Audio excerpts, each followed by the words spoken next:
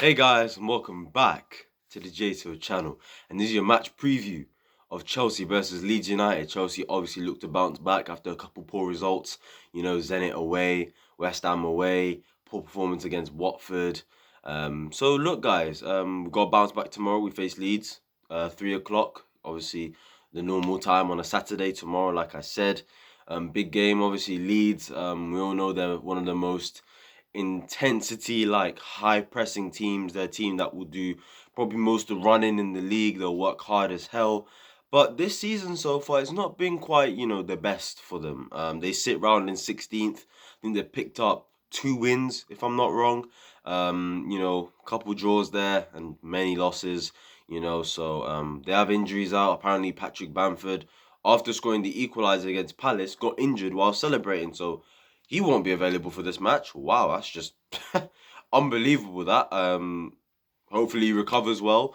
And yeah, they've got other injuries. I think Calvin Phillips is out and stuff like that. So tomorrow, hopefully Chelsea can bounce back and get that win. Obviously, Thomas Tuchel done his press conference today. Obviously, team news came out. Kante is obviously out. Chilwell is obviously out. Trevor Chalobah is obviously out. Kovacic possibly is also out as well.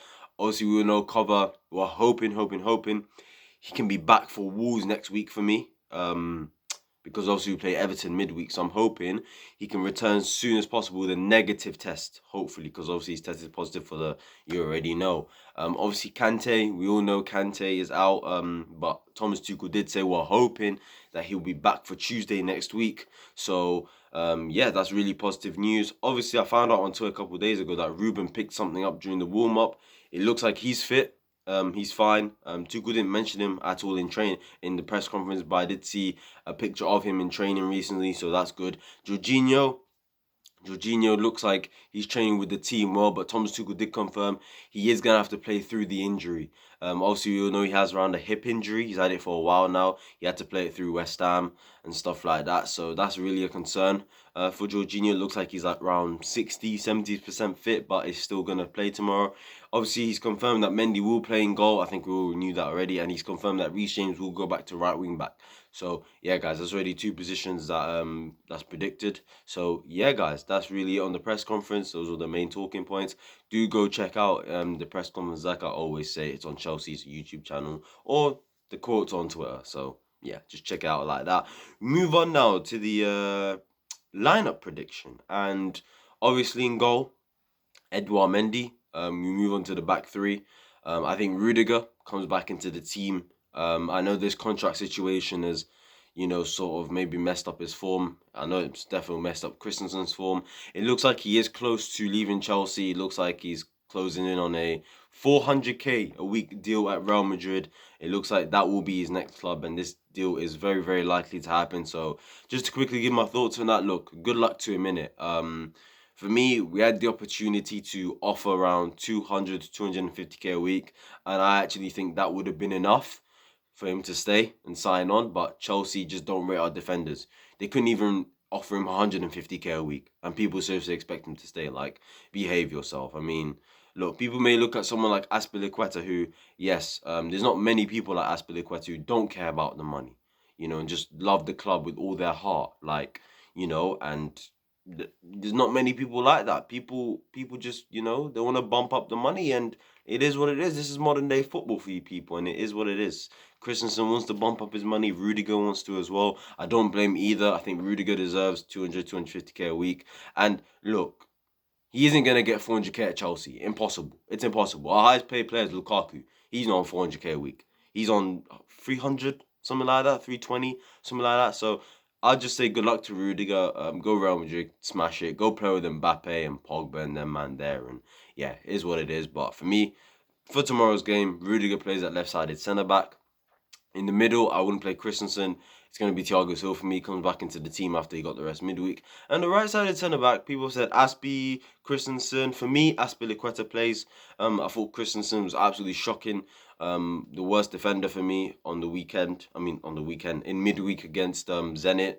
For me, Aspi wasn't great either, but to be honest with you, I'd rather play him. I haven't seen Aspi play for a while at centre back, and I kind of want to see him back there as soon as possible. And just with Christensen in general, I just think that contract situation has just messed him up. I think against Watford he wasn't great. I think against West Ham in the second half he was shocking, and then against Zenit wasn't good at all. So for me, I'd play Aspilicueta there.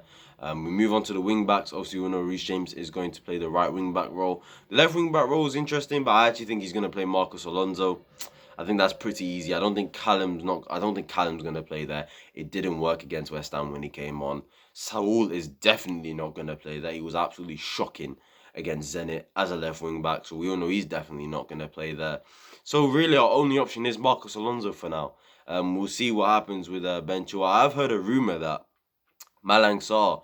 Malang Sarr leaving will be blocked. Chelsea will block Malang Sarr moving away from us because obviously we need to know whether Chilwell will play for the rest of the year or whether this is it. His season's done. So I find that interesting because it's like, what are you thinking about playing Malang Sarr left wing back? Because I don't understand how blocking Malang Sarr's move would have anything to do with Ben Chilwell, but it is what it is. But yeah, for me, Mark Son's at left wing back. Move on to the two midfielders. I think this is pretty simple. Jorginho and Ruben Loftus-Cheek. And realistically, I don't want to play Jorginho in this game if he's not fully fit. But we're going to have to. We have no choice. Saul has been absolutely terrible. And I'm so disappointed in that guy because, I really expected, improvement from him. I expected a new version of him to at least come out and at least slowly improve. Obviously, look, his first game against Villa, yeah, shocking. But with time goes on, you expect him to improve and get better and better. But so far, I'm seeing absolutely no signs of improvement from this guy.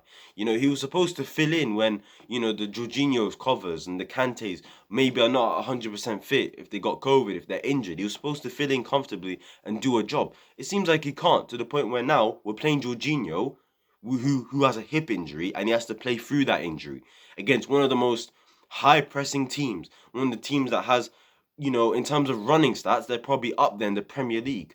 The intensity is ridiculous. The way they play is just so like forward, forward, forward. Do you understand? Like in ways heavy metal football. Do you understand? So I mean, it's kind of annoying that it has to be Jorginho tomorrow, but considering he's not 100% fit, but it has to be Jorginho tomorrow. So I'm hoping tomorrow we can end this game as quickly as possible before the 60th minute, bring him off, give him a 30-minute rest, and then you can bring on Saul when we're like 3-4-0 up, hopefully. Hopefully. So, yeah, Jorginho and Ruben Loftus-Cheek. Ruben, I don't even know if Ruben's 100%. I think he might be, to be honest with you. I think he may have picked up something little during the warm-up. I don't think it was a big deal. I'm not even going to lie to you. He was supposed to come on against Zenit, but the guy got injured in the end, which I didn't know about. So, yeah, it is what it is. Those are the only two. We're hoping Kovin Kante can be back next week with a negative test for Kova, and Kante can get back from his injury. So, yeah. Move on to the front three. This was a bit tough. This was a bit tough considering I think there's a couple players that deserve to play. Obviously, I think Timo Werner actually does deserve to play in a game like this. It's against Leeds. They play a high line. They leave a lot of space in behind. A bit like how Zenit did and how, we didn't really take advantage of that in the first 15, 20 minutes where, we were dominating Zenit and the way they just kept on leaving space in behind for Timo Werner. I'm thinking Leeds will do the same thing. They will leave so much space in behind and in many areas of the pitch. So it makes you think Timo deserves to play. Lukaku, does he play? Ziyech with his form. Pulisic, who got the assist the other night. Who knows? For me personally, in the 210s, I want Ziyech to play. Because obviously he did come on against Zenit. I thought he looked decent. Obviously he is a frustrating player, but for me, I think he warrants a start. The other side, I'd play Mason Mount against Leeds, and then up front, I'd play Kai Havertz. Now, the reason why I've gone with this is Lukaku, I don't think is ready to play a game like this. Not against Leeds. Maybe against Everton next week, his former club, or Wolves next week. I think that type of game is good for him. But in a game like this, where for me, we're going to need fluidity.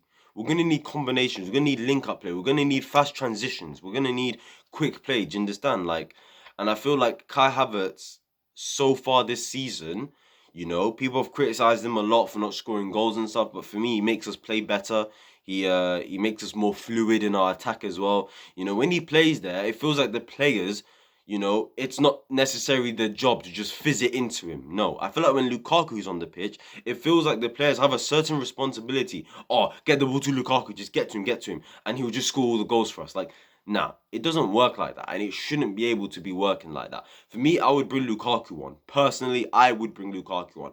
I don't think he's ready to start in such a high intensity pressing game like this one, where I think a lot of running is gonna have to be done from both teams. So for me personally, I would play Kai Havertz there tomorrow up front. Timo Werner, he played 90 the other night. And if he had come off, maybe I would have played him today. But he played 90 the other night. And I'm not trying to see any injuries or many players trying to play 2 games in a row. Now, I know Mason Mount also did play 90 against Zenit, but Mason Mount is just incredibly fit. Like, he's just, his stamina and energy levels are just, I think, above nearly everyone else in the team. I think his and the Kante's are like clear of nearly everyone's in the squad, in my opinion. I think he's more than capable of playing, 2 games in a row. And Ziyech, I just think because of his recent form with his goals and assists and his, consistency and his performances improving game by game, I think he wanted to start today. But it wouldn't surprise me. It could be anything. I think it could be Timo Werner instead of Hakim Ziyech with Havertz and Mount. It could be Lukaku, with Mount and Ziyech, or Mount and Werner, or Mount and Pulisic. Who knows? I don't really care. As long as they do the job tomorrow, and as long as we beat Leeds tomorrow. I think tomorrow, it's funny because I've gone with players who lack pace. I've literally gone with players who lack pace. Kai Havertz isn't the quickest. Mount isn't the quickest, and Ziyech isn't the quickest. I just think for some reason those three will play over Lukaku, Werner, and Pulisic, who are all quicker than those three. So yeah, that's just my opinion, guys. Tell me what your front three would be below. Tell me what your team would be below, and a score prediction as well. My score prediction for tomorrow, I don't think we'll beat them 3-4-0, unfortunately. I'd love to think we would, but I kind of don't think we will. I think it's going to be a nice 2-0 win tomorrow for the Chelsea, and hopefully we can get back on track and forget these silly mistakes that we're making out the back. That's what we're really worried about nowadays. It's really the defenders and the wing backs, sort of making the mistakes, and even some of the midfield making the mistakes. And then our attack, it feels like our attack is doing the job. We've scored what? How in the last 3 games? We scored 3 against Zenit. We scored 2 against West Ham. We scored 2 against Watford. Like, that's 7 goals in the last 3 games. What more could you have asked for? It's just we've conceded 8 goals in the last 3 games. So yeah, it is what it is. But hopefully Chelsea can get that win tomorrow. And yeah, guys, like, comment, subscribe. Tell me your thoughts down below. And yeah, I'll see you guys tomorrow for my match review and player ratings video. Come on, Chelsea, let's get the win against Leeds. There's also a big rivalry between Chelsea and Leeds. In terms of the fan base, at least, not in terms of the clubs, because Leeds are irrelevant to me. So it is what it is. Peace.